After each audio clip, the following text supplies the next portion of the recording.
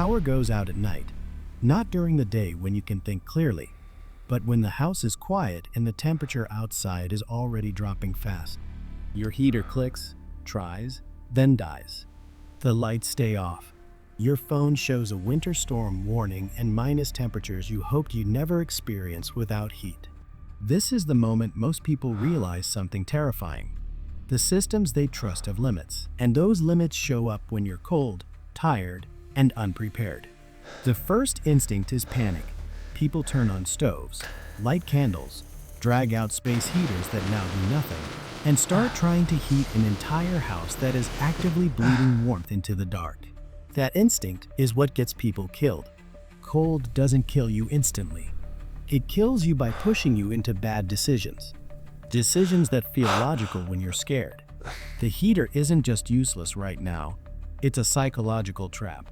You're conditioned to believe warmth comes from machines. When the machine fails, your brain searches for replacements, not principles.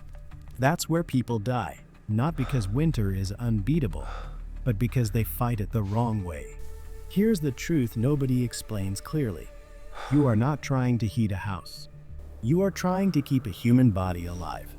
Those are completely different problems. A house is a massive, leaky container designed to exchange air. A human body is a heat generator that only needs stability, not comfort.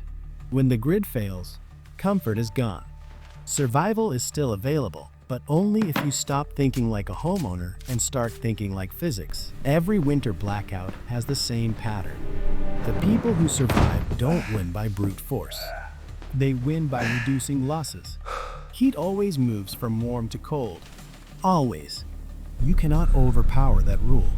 You can only slow it down. The faster your heat escapes, the faster your body burns fuel trying to replace it. Once that balance tips, hypothermia doesn't announce itself.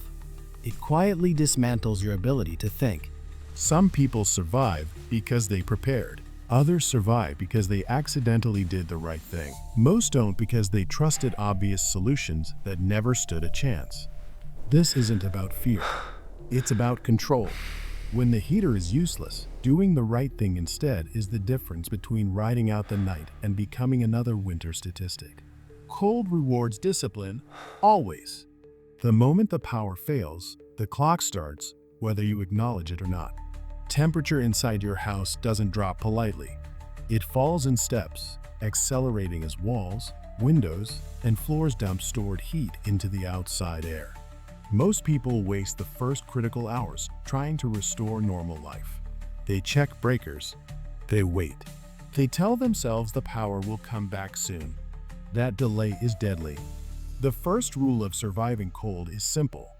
Act before you feel desperate. Once desperation arrives, judgment leaves. You don't secure the entire house. That's ego talking. You secure one room, the smallest room you can tolerate. Bedrooms work best.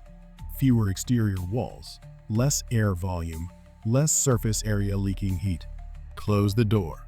Now that room is your shelter, not your home. Everything else is irrelevant. Heat loss happens through three paths: air movement, conduction, and radiation. Air leaks are the fastest killers. Cold air slipping in forces warm air out. Stop that first. Towels under doors. Clothing stuffed into gaps. Anything soft that blocks airflow buys you time. Windows are next. Glass is a heat escape route disguised as transparency. Plastic sheeting, trash bags, even shower curtains taped over windows create a dead air layer. That trapped air becomes insulation. Blankets over windows add another barrier. You're not making it pretty. You're making it survivable. Walls matter too. The exterior walls bleed heat faster than interior ones. Hanging blankets, sleeping bags, or coats creates pockets of still air. Dead air is the cheapest, most effective insulation you'll ever own. This isn't theory. It's why animals survive winter by trapping air, not by generating massive heat. Your body produces heat constantly, roughly 100 watts at rest. That doesn't sound like much until you stop wasting it. In a sealed, insulated room, body heat accumulates. Two people double that output.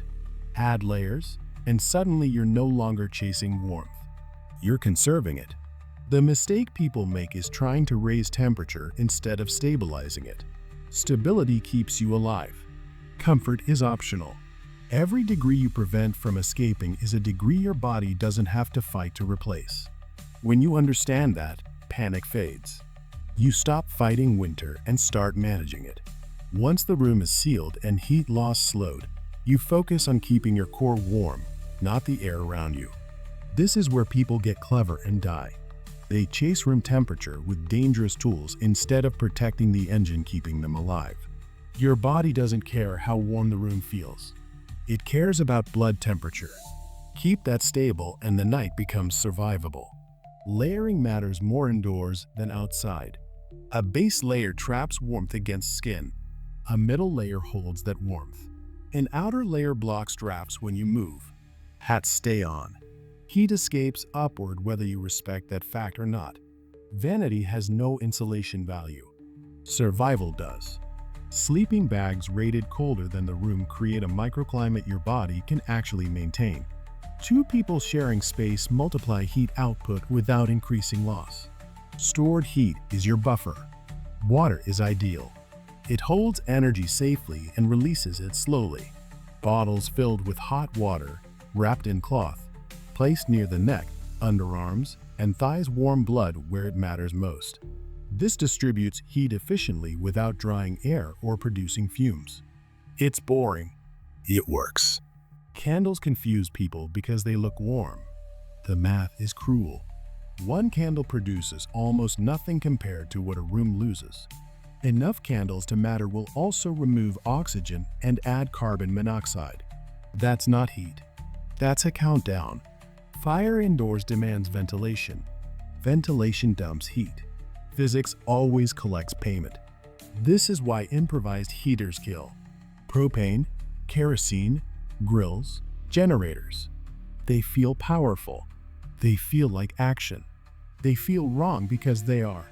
Carbon monoxide doesn't announce itself. You feel relaxed, sleepy, comfortable. Then you don't wake up. Cold gives you time. Poison doesn't. The people who survive winter blackouts aren't tougher. They're calmer. They don't chase miracles. They follow principles. Reduce loss. Protect the core. Avoid shortcuts that trade warmth for air. Preparation makes this easier, but understanding makes it possible even without perfection. Winter doesn't hunt you. It waits. It waits for mistakes, impatience, and confidence in tools that were never designed for failure. When the heater is useless, doing this instead isn't clever. It's correct, and correctness is what keeps you alive until the lights come back on.